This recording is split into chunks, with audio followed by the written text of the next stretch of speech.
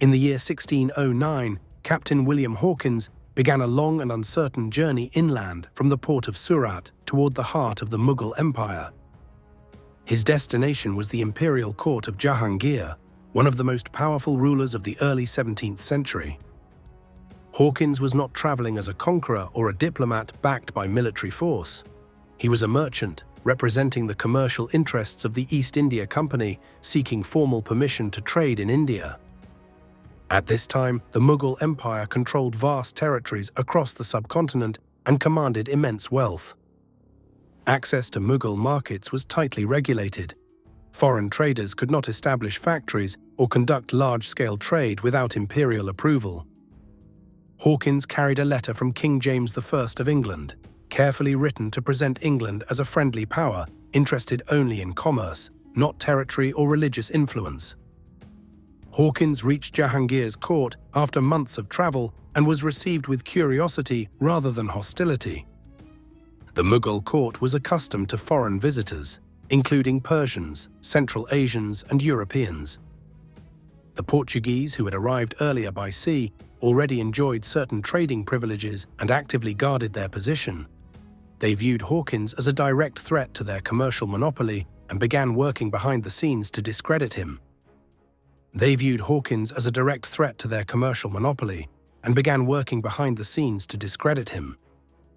Jahangir himself found Hawkins interesting. Hawkins spoke Turkish, a language Jahangir also understood, which allowed direct communication without interpreters. This gave Hawkins a temporary advantage and helped him gain the emperor's personal attention. Jahangir recorded Hawkins' presence in his memoirs, noting his manners, appearance, and claims about English power. However, personal favor did not automatically translate into political approval. The Mughal administration evaluated foreign requests through a practical lens. The empire had no urgent need for English trade. Indian textiles, spices, and luxury goods were already in high demand globally, and Mughal revenues were stable. From Jahangir's perspective, granting new trading privileges required a clear benefit to the empire.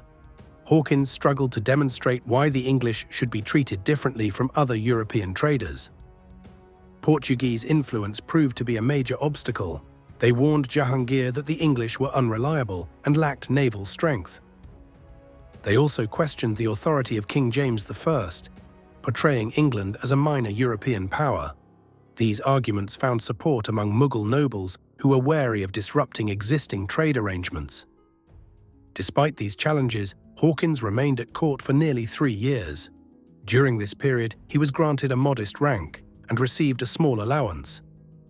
Ultimately, Hawkins failed to secure the comprehensive trading rights he had been sent to obtain. By 1611, political pressure from Portuguese factions and Hawkins' declining influence at court made his position untenable. He left the Mughal court without a formal agreement and returned to the western coast. Although Hawkins' mission is often seen as a failure, its significance lies elsewhere. It marked the first sustained diplomatic engagement between the English and the Mughal Empire. The English would return, better prepared and with stronger leverage. Hawkins' time at Jahangir's court did not open India to the East India Company, but it showed them the path they would need to follow. This is where the story begins.